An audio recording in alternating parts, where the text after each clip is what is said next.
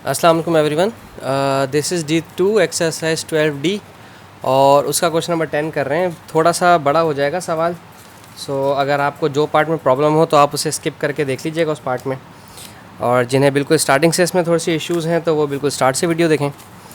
एक तो हमारे पास ये दो साइड्स इसकी बराबर और एक चेंज है, तो यानी कि रेक्टेंगुलर शेप है हमारे पास। ये 30 सेंटीमीटर की है, ये 30 सेंटीमीटर है और ये 40 सेंटीमीटर है। एक तो ये आपको रेक्टेंगुलर बॉक्स दिया हुआ है और उस रेक्टेंगुलर बॉक्स के ऊपर एक इस तरह का पिरामिड जिसकी 4 फेसिस हैं, एक दो, एक पीछे की तरफ और एक ये जो लेफ्ट हैंड साइड पर है। 4 फेसिस हैं, तो ये पिरामिड हो गया हमारा।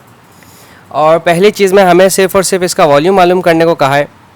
और अगर मैं वैसे वॉल्यूम तो इसका बहुत आसान है। देखें, वॉल्यूम के लिए तो मेरे पास इस रेक्टेंगुलर बॉक्स का वॉल्यूम होना चाहिए जो कि लेंथ, ब्रेथ और हाइट होता है। ठीक है, ये तो बहुत आसान था। ये तो हम बहुत ज़्यादा क्लासेस में पढ़ते भी हैं कि अगर वॉल्यूम ऑफ रेक्टेंगल हो या क्यूब हो तो लेंथ का क्यूब, और अगर रेक्टेंगल है तो लेंथ, ब्रेथ और हाइट लेते हैं। प्लस अब मुझे चाहिए इस पिरामिड का वॉल्यूम।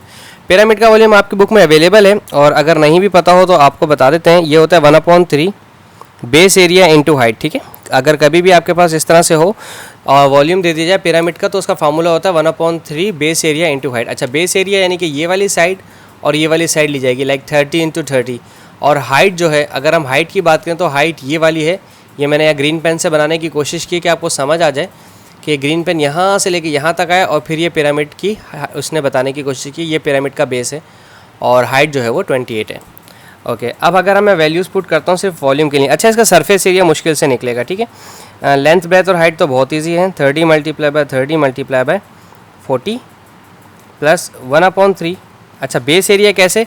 जैसे मैंने आपको शेप में बात की थी, दिस इज़ माई बेस, ये और ये 30 इंटू 30 लिया जाएगा, या फिर 30 का स्क्वायर ले लें आप, एक ही बात है। 30 × 30 लें या 30 का स्क्वायर लें, और हाइट है मेरे पास 28। ठीक है, अब आप इन वैल्यूज़ को सॉल्व कर लेते हैं। 30 इंटू 30 और 40 कर देते हैं।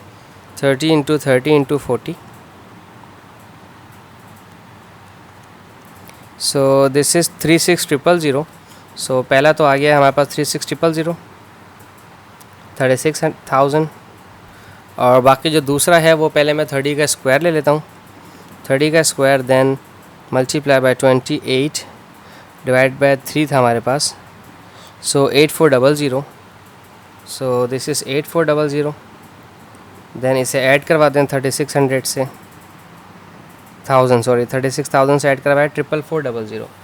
सो this is 44400 it is, yes 444,400।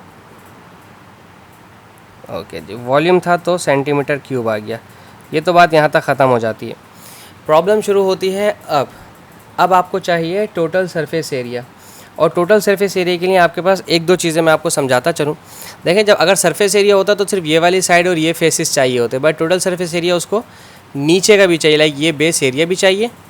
ठीक है, फिर ये वाला फेस भी चाहिए, ये फेस भी चाहिए, पीछे वाला फेस भी और पीछे वाला फेस भी। ठीक है, इसका एरिया जैसे ये सब 40 सेंटीमीटर के हैं, मैं यहाँ लिख देता हूँ। This is 40, this is 40, this is 40, और ये सब 30 की हैं। 30, this is 30 and this is 30। ठीक है, ये सब 30 की थी।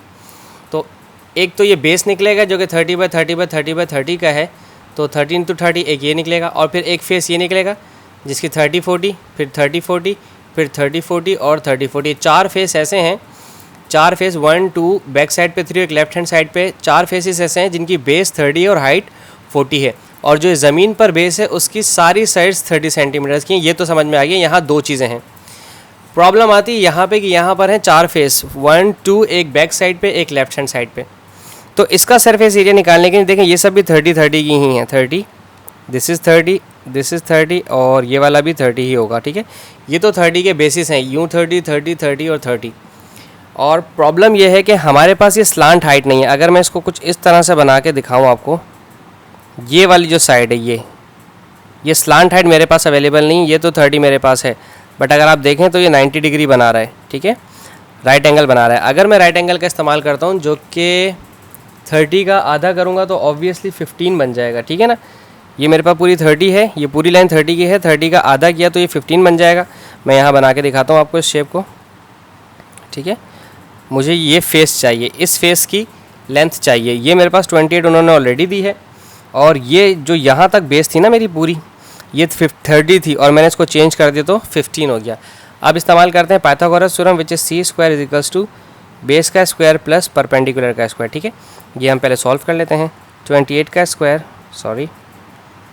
28 का स्क्वायर देन प्लस 15 का स्क्वायर, और इस वैल्यू का ले लीजिए रूट आप, शिफ्ट का दबा दिया, रूट ऑफ आंसर 31.76। ठीक है जी, तो ये आ गया हमारे पास 31.76 सेंटीमीटर, और ये मेरी है स्लांट हाइट। ठीक है, उस फेस की, वो जो फेस है ना उसका स्लांट हाइट है, या आप उसको स्लांट हाइट ना भी लिखें, उसको हाइट ही लिखा रहने दें। अच्छा जी, मैं इसको कर लेता हूँ सेफ़। अब मैं अपनी शेप के हिसाब से आपको बाकी चीज़ें सारी बताता जाऊँगा कि मैं क्या क्या कह रहा था अपनी शेप में। ठीक है जी, ओके दिस इज़ इट। हमारे पास सबसे पहले तो हम इस बेस की बात करेंगे 30 × 30। पहले तो इसका एरिया चाहिए। ठीक है, हमें टोटल सरफेस एरिया चाहिए ना, तो 30 × 30। पहले तो ज़मीन पे जो बेस है हमारा, मैंने उसकी बात करी। ठीक है, 30 × 30। अब 1 2 बैक साइड पे थी, लेफ्ट हैंड साइड पे 4 फेसेस हैं जिनका बेस 30 है और हाइट 40 है। ठीक है, तो प्लस 4 × 30 × 40। ठीक है, 4 फेसेस ऐसे हैं, 4 फेसेस ऐसे हैं जिनकी बेस 30 और हाइट 40 है, प्लस 4 फेसेस ये वाले हैं। ठीक है, बेस इंटू हाइट 1/2, क्योंकि ट्राइंगल था इसलिए 4 faces of 1/2 base into height. Base है 30 और हाइट मैंने अभी निकाली थी विच इज़ 31.76। ठीक है, अब इसे सॉल्व करते हैं। 30 × 30 कितना निकला, this is 900 plus 30 × 40 × 4, this is 4800 plus, then इस वैल्यू को सॉल्व करते हैं। 4 × 30 × 31.76 डिवाइड बाई 2, दिस इज़ 1905.6। अब इन सबको ऐड कर देते हैं। 900 प्लस 4800 प्लस 1905.6 7605। ठीक है जी, तो हमारा आ गया है 7605 सेंटीमीटर स्क्वायर, चूँकि ये हमारा एरिया था। अब बुक में इन्होंने राउंड ऑफ करके इसको पीछे 7605 को राउंड ऑफ करके 10 कर दिया होगा, तो इट्स ओके, दैट्स ओके। आप राउंड ऑफ भी करते हैं तो इट्स ओके, कोई मसला नहीं। अभी हमने पीछे क्वेश्चन में इस तरह से सवाल किए हैं जिन्हें राउंड ऑफ किया जाता है। सो आई होप आपको समझ आ गया हो। Thank you so much for watching my channel. Allah हाफिज़।